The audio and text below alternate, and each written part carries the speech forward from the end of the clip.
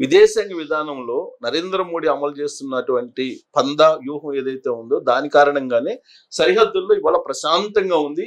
ఒకప్పుడు పాకిస్తాను భారతదేశం అంటే అసలు ఎగిసిపడేది, కానీ ఇవాళ అసలు భారతదేశం గురించి మాట్లాడటానికి కూడా భయపడుతుందని చెప్తున్నారు. ఈ సొల్లు కబుర్లు చెప్పి వీళ్ళకి చరిత్ర తెలిసింటే బంగ్లాదేశ్ ఎట్లా వచ్చిందండి? పాకిస్తాన్ వెన్నెమ్మక ఎరక్కొట్టి బంగ్లాదేశ్ ఏర్పాటు చేసింది ఎవరు? ఎవరు చేయలేదు అసలు, అది కథ. ఎందుకంటే 70 సంవత్సరాలు ఏం జరగలేదు కదా, కాబట్టి ఆ చరిత్రలో ఇవన్నీ కనపడవు మనకి. నీ మన్ కీ బాతే సరిపోయింది. నీ మన్ కీ బాతు మా తన్ కీ బాతు ఇవన్నీ చూసేసాం సారు. సో ఈ కథలు వాళ్ళ ఇళ్లలోకి వెళ్ళి మేము వాళ్ళని చంపగలుగుతున్నాం. నువ్వేం ర్యాంబో కాదు. అది దీని నుంచి దిగి కొంచెం నిజాలు తెలుసుకోండి ఈ దేశంలో.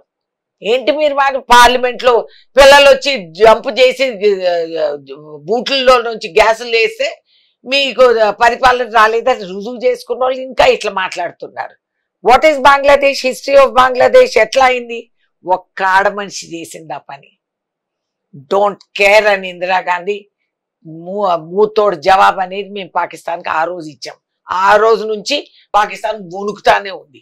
ఏంది వాళ్ళు చేసింది చేయగలిగేది.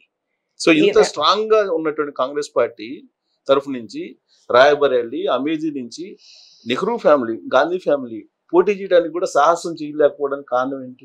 ఈయనను వచ్చి సౌత్ లో సాహసం చేసి ఇక్కడ పోటీ చేయమనండి, అప్పుడు నేను మాట్లాడతాను. ఈయనెందుకు సేఫ్ సీట్లు చూసుకుంటున్నాడు? అది ఇట్స్ జోక్. రాజ్యాంగంలో ఎక్కడి నుంచన్నా పోటీ చేయొచ్చు. నేను నార్త్ నుంచి కూడా చేయొచ్చు. సో వాళ్ళ పైన డిమాండ్. నేను పిలిచాను ప్రియాంక గాంధీని ఖమ్మం రా అని, సోనియా గాంధీని పిలిచాం మేము, రేవంత్ రెడ్డి గారు ఆహ్వానించారు. తెలంగాణ ప్రజలందరూ ఎంతో ఎదురు చూశారు ఆశగా. అది మేము రాయ్బరేలీ అమేఠీనే చెయ్యాలని ఈయన ప్రిస్క్రిప్షనా? మా ఇష్టం, ఎక్కడి నుంచన్నా చేయగలుగుతాం. ఎందుకంటే వాళ్ళ పేరు, వాళ్ళని గుర్తింపు యావత్ భారతదేశం ఉంది. కశ్మీర్ టు కన్యాకుమారి నడిచిన యువ లీడర్ మాకు. ఆయన ఏ ఊరికి వెళ్ళినా అందరూ అడిగారు, బి అవర్ ఎంపీ, మా ఎంపీ మీరని. వాళ్ళందరూ ఇది ఆయన వినిపిస్తున్నారు. అది ఈయనే ఓర్పు సహనం లేనోళ్ళు. వీళ్ళు రాయ్బరేలీ కాబట్టి పారిపోయారు. నీకెందుకు భయం? నువ్వు పారిపోకుండా ఉంటే చాలు. ఇప్పటికే పోయినారు చాలా మంది పారిపోయి విదేశాలకి. ఇప్పుడు ఈ రేవన్నని నువ్వు తీసుకొస్తావా లేదా చూపెట్టు ఫస్ట్, దాని తర్వాత మాట్లాడతాం. ఇప్పుడు జరుగుతున్నటువంటి ఎన్నికల్లో మేడం 2 phases అయిపోయాయి. 2 phases లో సూరత్ ఏకగ్రీవంగా ఎంపీ అయ్యాడు. సూరత్ నుంచి కాన్స్టిట్యూషనల్ కాదు, వాళ్ళు ఇండోర్ కూడా ఒకటి ఇంకా జరుగుతాయి, ఇట్లా ఇంకా జరుగుతాయి. సో ఇది చూసిన తర్వాత కూడా మీకు అధికారంలోకి వస్తామని నమ్మకం ఏమండి? ప్రజాస్వామ్యంలో కేవలం అధికార దాహం ఉండదు, అర్థమైందా? ఇదే రాజ్యాంగం చెప్పేది. ఎప్పుడన్నా చదివితే అందరికి అర్థమయ్యేది. మాకు అధికార దాహం ఉండి కాదు, రాజ్యాంగం కాపాడుకోవాలని, డెమోక్రసీ ఈ దేశంలో ఆ విధంగా పైకి రావాలని, భవిష్యత్తులో పిల్లలకి ఇవ్వగలిగే ఆస్తి ఇది ఒక్కటే మా దగ్గర ఉందేని. లేకపోతే రేపు ఈడీలు వస్తారు మా ఇంటికి, లేని వస్తువులు లోపల పెట్టి ఇదిగో వాళ్ళ ఇంట్లో ఇవి దొరికినాయని ప్రచారం. మీ మీడియా కొంతే మీ కంఠం పైన కాలు పెట్టి తొక్కుతున్నారు. మీరు నిజం చెప్పలేరు. జ్యుడిషియరీ ఎక్కడ పోయిందో ఎవరికి అర్థం కాదు. 4 స్తంభాల ఆటలో కాన్స్టిట్యూషన్ లో ఏ స్తంభం మిగిలింది? ఈ డెమోక్రసీ ఒక్కటే. దీనిని కాపాడుకోవడానికి మా ప్రయత్నం, మా కంఠంలో ప్రాణం ఉన్నంత వరకు వి విల్ ఫైట్. ఇది మా ఫైట్ ఫర్ ఫ్రీడమ్. స్వాతంత్ర సమరయోధులు ఇచ్చిన ఈ ధనాన్ని కాపాడి భవిష్యత్తులో అమానత్ అంటారు ఉర్దూలో. మళ్ళీ ఇది అనేటప్పటికి నేను యాంటీ హిందూ అని వస్తుందేమో. రాని అమానత్ అనే వాక్యం అర్థమైతే ఈ మొహాల్కి దీన్ని మార్చేదానికి చేర్చేదానికి మనకు అధికారం లేదు. ఈ ధనం మళ్ళీ పిల్లల వరకు ఫ్యూచర్ ఆఫ్ ఇండియా. ఏమీ జరగని 70 సంవత్సరాలు ఏమీ జరగని భారతదేశంలో చదివిన పిల్లలు ఇవాళ యావత్ ప్రపంచం వరల్డ్ ఎకానమీస్ కి కాంట్రిబ్యూట్ చేస్తున్నారు మన పిల్లలు. పాడుపడిన గవర్నమెంట్ స్కూల్స్ ఇట్లా ఖమ్మం జిల్లాలో మాకు ఫస్ట్ క్లాస్ ర్యాంక్స్ వచ్చేటివి. ఐఐటి ఖడగ్పూర్లో పనికి ఉపాధి హామీలు పనిచేసే పిల్లోడికి సీట్ వచ్చింది. మేము గర్వపడతాం. గుడిసెల్లో ఫలించిన పిల్ల దానికి ఐఐటీలో ఎంట్రన్స్ లో మార్క్స్ కొట్టి మీరు గర్వపడుతున్నారు. ఇవన్నీ కూడా మీరు సాధించిన విజయాలు. మేం కాదు కదా, మీరు 70 సంవత్సరాలు ఏం జరగలేదు కదా. కాబట్టి ఇది మేదంత కథలు అనమాట. ఏదో మన పంచతంత్ర. కానీ మీ పార్టీలో వాళ్ళు చెప్తుంది ఏంటంటే ఈడీ, సిబిఐ, ఐటీ, ఈవీఎంలు ఉన్నంత వరకు ప్రధానమంత్రి నరేంద్ర మోడీ అని చెప్తున్నారు కదా మీ పార్టీలో. కొంతమంది అభిప్రాయం ఉండొచ్చు, భయపడి ఉండొచ్చు. బాబు ఈ రాక్షసే పరిపాలన ఉంటుందని చెప్పి వాళ్ళు భయపడతారు. పర్వాలేదు, భయపడినంత మాత్రం మానేస్తామా? Continue the fight. స్వాతంత్ర సమరయోధులు భయపడి ఉంటే అండి ఇవాళ ఇంత నిస్వార్థంగా ఇక్కడ కూర్చొని మాట్లాడే హక్కు మాకు ఉండేది కాదు. సో ఇంకా మాకు మిగిలింది ఏంటి? దొరుకునా ఇటువంటి సేవ చాలు, ఇదే చాలు.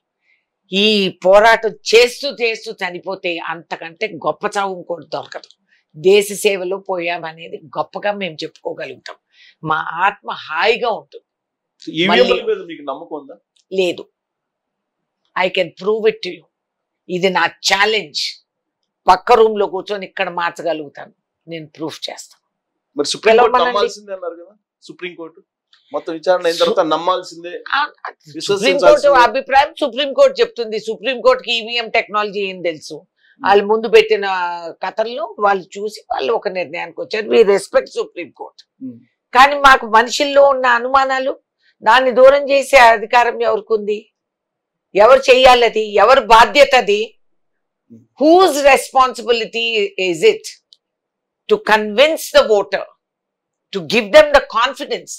అసలు క్వశ్చన్ మార్క్ వచ్చింది అంటే అందరి కర్తవ్యం ఆ క్వశ్చన్ మార్క్ ఉండకుండా రుజువు చేసేదానికి. సో అది చేయకుండా దౌర్జన్యం, దగాకోరు, మా మీద అబండాలు, ఇవి అవి నువ్వు మా కంట నొక్కేస్తే ఏంటి? వాట్? నీకు తాత్కాలిక విక్టరీ. ఆఫ్టర్ దాట్ మేము ఉంటాం. మీరు ఈవీఎంలు ఉన్నాయి కదా నరేంద్ర మోడీ దగ్గర, మీరు నమ్మకోలేదంటున్నారు ఈవీఎంలు. వి విల్ ఫైట్ కదా, we will fight. Suddenly vote percentage ఎట్లా పెరిగిందండి? అబ్బో, State Bank of India electoral bond result ఎన్ని వచ్చినాయని చెప్పడానికి వాళ్ళకి ఒక నెల రోజులు పట్టింది. అంత గొప్ప స్కామ్. వావ్, నిజంగా దీని మీద సినిమా తీయాల. ఎవడోడు ఎలక్ట్రల్ బాండ్ ఎక్కడ డబ్బులు దేనికి ఇచ్చినాడు, ఎందుకు ఇచ్చాడు, ఎందుకు కొన్నాడు, ఏ పార్టీకి, దానికంటే అసలు అది అమలు చేసేటప్పుడు ఎవడు సవాల్ చేయలేదు. అప్పుడు సుప్రీంకోర్టు ఏమనలేదు. Suo motu cognizance court should have taken. How is it that is a democracy that somebody can donate money and you don't know who the man is? ఏం మాట్లాడతారండి ఈ దేశంలో? దాని కారణంగా మళ్ళీ బ్లాక్ మనీ పెరుగుతుందని చెప్పి అన్నాడు నరేంద్ర మోడీ. జరిగిన తర్వాత కూడా మరి ఏమైంది సారు? మీరు చెప్పింది బ్లాక్ మనీ అని కదా ముందు చెప్పింది. ఏముంది, ఒక ప్లేటు గెరిటే తీసుకొని డమ్మడమ్మా కొట్టేస్తే దాని రిజల్ట్ కూడా వస్తుంది. కోవిడ్ అలాగేగా మనం చేసింది. కోవిడ్ లో ఏం చేసాం? కార్లు, బస్సులు, ట్రైన్లు మాన్పించేసాం. ఏం చెప్పారు? పిండితో దీపం చేయండి, ప్లేటుతో గంట కొట్టండి. దేశం అంతా సౌండ్ డెసిబిల్స్ పెరిగిపోయి చోటోళ్ళకు కూడా వినపడేటట్టు మనం బిహేవ్ లైక్ కలెక్టివ్ ఈడియట్స్. మరి అది దాని గురించి ఎవరు ఇప్పుడంతా వ్యాక్సిన్ కోసం విక్టరీ అయిపోయి ఈయనకు అవార్డ్స్, రివార్డ్స్. ఓరి దేవుడా, ఇప్పుడు వ్యాక్సిన్ అసలు కథ కూడా తెలిసింది. ఎన్ని ఎలక్ట్రల్ బాండ్స్ కొన్నారు అది చెప్పండి. ఎంతమంది అమాయక భారతదేశ వాసులు బలైపోతున్నారు. చిన్న వయసులో హార్ట్ అటాక్లు వచ్చి చనిపోతున్నారు. ఎన్నో రకాలుగా అనుమానాలు, అపోహలు మెదులుతున్నాయి మదిలో. దాని గురించి చెప్పరే. ఎలక్ట్రల్ బాండ్స్ వచ్చేసినంత మాత్రం వారు వీరవుతారు, వీరు వారవుతారు. వాహ్, షాబాష్. ఇది బీజేపీ చరిత్ర.